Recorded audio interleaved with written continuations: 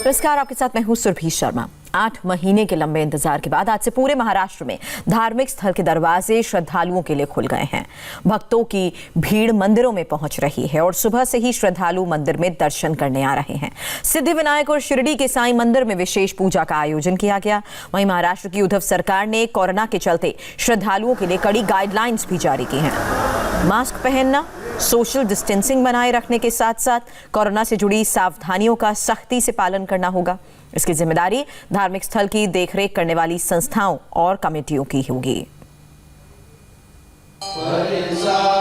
द्वार खुलने से पहले धार्मिक स्थल में सैनिटाइजेशन का काम भी पूरा किया गया। भक्तों की थर्मल स्क्रीनिंग की जा रही है। भीड़ ज्यादा इकट्ठा ना हो, इसके लिए खास इंतजाम है। महाराष्ट्र में धार्मिक स्थल को खोलने की मांग काफी पहले से की जा रही थी और विरोध प्रदर्शन भी हुआ। आखिरकार भक्तों की ये मुराद पूरी हुई है। उद्धव सरकार झुक गई। महाराष्ट्र में मंदिर, मस्जिद, गुरुद्वारे, चर्च सभी खुल चुके हैं और सुबह से ही मंदिरों में श्रद्धालु आ रहे हैं। लेकिन मंदिरों में कोरोना की गाइडलाइंस को फॉलो किया जा रहा है। पिछले 8 महीने से मंदिर बंद थे, लेकिन आज मंदिर खुलने के बाद भक्तों के चेहरे पर खुशी नजर आई।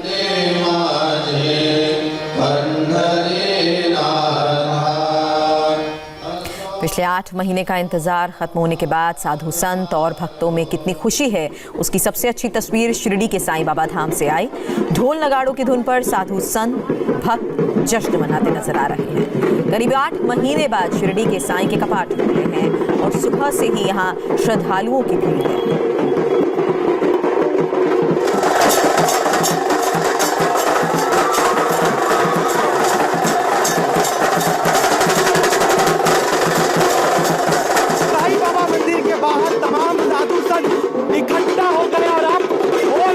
बजाते हुए ये साधु संत मंदिर के मुख्य गेट की ओर बढ़ रहे हैं।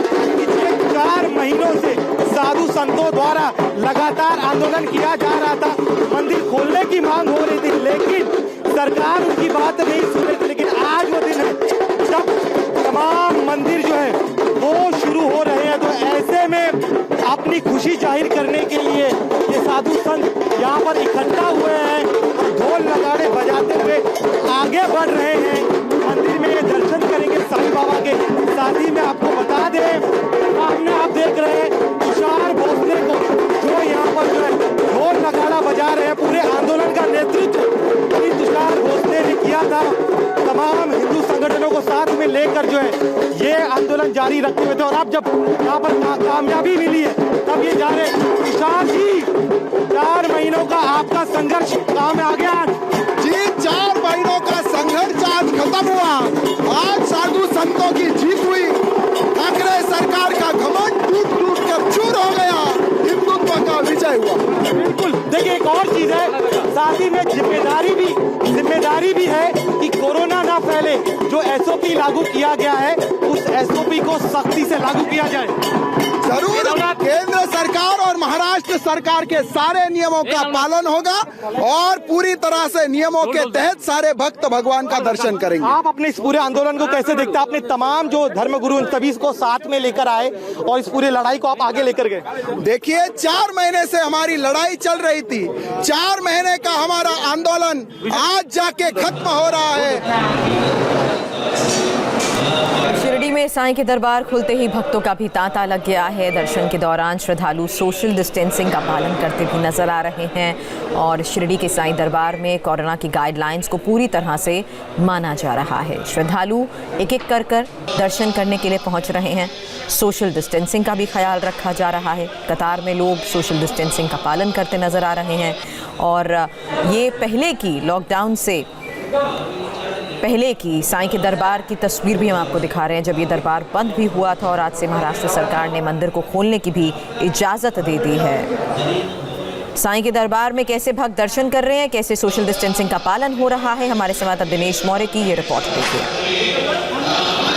कोरोना महामारी के चलते बंद हुआ शिरडी का साईं बाबा मंदिर आज से श्रद्धालुओं के लिए खोल दिया गया है, लेकिन दर्शन करने के दौरान श्रद्धालुओं को कड़े गाइडलाइंस का पालन करना होगा। हम आपको मंदिर के भीतर लेकर चलते हैं, साथ ही में बताते हैं कि किस तरह से जो है मंदिर में जाने के पहले श्रद्धालुओं का जो है थर्मल स्कैनर के जरिए जो उनका टेम्परेचर चेक किया जाएगा। साथ ही में सोशल डिस्टेंसिंग का पालन करते हुए जो श्रद्धालु है मंदिर के भीतर जा सकते हैं। रोजाना 50,000 से ज्यादा श्रद्धालु लॉकडाउन के पहले मंदिर में आते थे, लेकिन अब इस संख्या को घटा दिया गया है। हम आपको अंदर लेकर चलते हैं और साथ ही में ये भी दिखाते हैं कि किस तरह से यहाँ पर जो श्रद्धालुओं का टेम्परेचर चेक किया जा रहा है।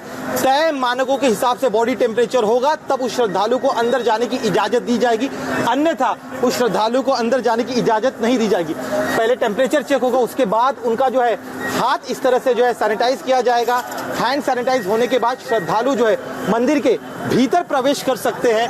आपको अंदर लेकर चलता हूं, चूंकि यहाँ पर भीड़ बहुत ज्यादा होती श्रद्धालुओं की, ऐसे में इस तरह से जो है सर्कल्स बनाए गए हैं पॉइंट्स पर। यहाँ पर भी देखिए इस तरह से गोला बनाया गया है, सामाजिक दूरी का बाकायदा पालन किया गया है। साथ ही में यहाँ पर और सिक्योरिटी की टीम को भी आप यहाँ पर देख सकते हैं। पुरुषों के लिए ये लाइन है, महिलाओं के लिए अन्य लाइन है। देखिए जब भीड़ ज्यादा होगी लोगों की, तब ऐसे में इसी सर्कल के भीतर जो है वो श्रद्धालुओं को खड़ा होना होगा। मुंबई में सिद्धिविनायक मंदिर में सरकार के दिशा निर्देशों को पूरी तरह से लागू किया गया है और मंदिर के गेट पर ही सैनिटाइजर भी रखा गया है। पूरे मंदिर कैंपस को सैनिटाइज भी किया जा रहा है।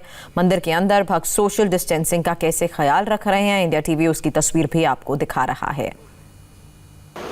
भक्तों की सुरक्षा को ध्यान में रखते हुए मंदिर के पूरे प्रांगण को बार बार सैनिटाइज किया जा रहा है। इस वक्त आप देख सकते हैं एक जो मंदिर का स्टाफ है वो लगातार इस पूरे एरिया को जहां से भक्तगण मंदिर में प्रवेश कर रहे हैं उसको सैनिटाइज कर रहा है और यह सैनिटाइजेशन हर थोड़ी देर में हो रहा है। इसके अलावा जगह जगह सैनिटाइजेशन के लिए इंतज़ाम किए गए हैं, सैनिटाइज़र की व्यवस्था की गई है ताकि सभी जो भक्त हैं वो अपने हाथों को सैनिटाइज करके ही प्रवेश करें। इसके अलावा यहाँ पर एक नल लगाया गया है, अपने जूते इसमें आपको उतारने हैं, इस रैक में खुद रखने हैं, जो व्यवस्था पहले मंदिर प्रशासन की तरफ से की गई थी, लेकिन अब आपको अपने जूते उतार के खुद ही रैक में रखने हैं और उसके बाद अपने हाथ पैर धोकर सैनिटाइज करके ही आपको मंदिर के अंदर प्रवेश करना है। इसके अलावा इस पूरे एरिया को, ये पूरा जो आपका एंट्री गेट है, इसको बार बार सैनिटाइज किया जा रहा है। आप देख सकते हैं जो भक्तगण हैं वो एक एक करके मंदिर में प्रवेश कर रहे हैं। इस तरीके के सर्कल्स बनाए गए हैं ताकि भक्त भी इस बात का ख्याल रखें कि 6 फीट की दूरी आपको एक दूसरे के बीच में रखनी है। कोरोना को देखते हुए सोशल डिस्टेंसिंग को फॉलो करने के पूरे इंतज़ाम सिद्धिविनायक मंदिर में किए गए हैं ताकि बप्पा के दर्शन के लिए जो भी भक्त आ रहे हैं वो खुद को सुरक्षित रख सकें। कैमरामैन सागर खाड़े के साथ पारस कोठारी, इंडिया टीवी, मुंबई। और श्री सिद्धिविनायक मंदिर में दर्शन के दौरान भीड़ ना हो, इसके लिए मोबाइल ऐप भी तैयार की गई है। इस ऐप के जरिए श्रद्धालु दर्शन के लिए टाइम बुक कर सकते हैं। दर्शन करने के लिए भक्तों को अपने मोबाइल फ़ोन पर श्री सिद्धिविनायक मंदिर ऐप को डाउनलोड करना होगा और फिर अपनी डिटेल्स उसमें भरनी होगी और स्लॉट को बुक करना होगा। इस प्रोसेस के बाद एक QR कोड जनरेट होगा, जिसके बाद दर्शन करने में आसानी होगी। सिद्धिविनायक मंदिर में एक दिन में 1000 लोगों के लिए QR कोड जनरेट होंगे। सिद्धिविनायक मंदिर पे देखा जा रहा है एक सर्टेन प्रोसेस रखा गया है। खासतौर पे सिद्धिविनायक का एक ऐप जो है लागू किया गया है, जिसे डाउनलोड करने QR कोड मिलने के बाद ही भक्तों को एंट्री दी जा रही है। कुछ ऐसे ही भक्त हमारे साथ यहाँ पर मौजूद हैं जिन्हें QR कोड सक्सेसफुली मिल गया है। आप देखिए यही वो ऐप है, सिद्धिविनायक मंदिर का जो ऐप दिया हुआ है और उसी को जो है उसी के ज़रिए QR कोड हर एक जो भक्त हैं जिनको परमिशन QR कोड के ज़रिए मिल रही है, ये वैसे ही यहाँ पर भक्त पहुँचे हैं। आइए इनसे बात करते हैं। सर, 8 महीने के लंबे इंतज़ार के बाद सिद्धिविनायक बप्पा के दर्शन करने को मिल रहे हैं। QR कोड जो लागू किया गया है ऐप के ज़रिए, उसमें काफ़ी सारी दिक्कतें, कुछ लोगों की शिकायतें हैं। आपको पहला आपका नंबर लगा है, क्या कहना चाहेंगे? नहीं, दिक्कत तो ऐसे कुछ नहीं है, खाली देर हुई, बट अच्छे दिन पे अच्छे दर्शन हुए, वो बड़ी खुशी है। गलती तो हो जाती है बट समय पे उसका सुधार हो गया। पाड़वा के दिन यानी न्यू ईयर के दिन, तो बहुत अच्छी बात है। ऐसे नहीं भी होता तो भी हम दीवार को छू के तो जाते ही हैं, तो बट हुए तो बहुत नसीबमंद। आप भी साथ में आई हैं, हाँ क्या जी। कहना चाहेंगे? किस तरीके की फीलिंग? और पूरी दुनिया में नंबर 1 पे आना, और वो भी सिद्धिविनायक भगवान में, तो बहुत ही ज़्यादा खुशी की बात है। आप बने रहे हमारे साथ, जल्द वापस लौटेंगे, आपको लेकर चलेंगे माहिम दरगाह।